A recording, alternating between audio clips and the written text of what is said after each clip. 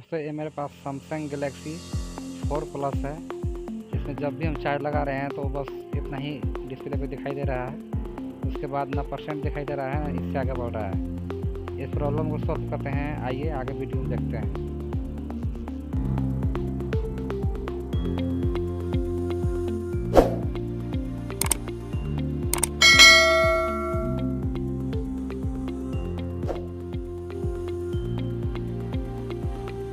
एकदम सावधानी से निकालें, नहीं तो डैमेज भी हो सकता है।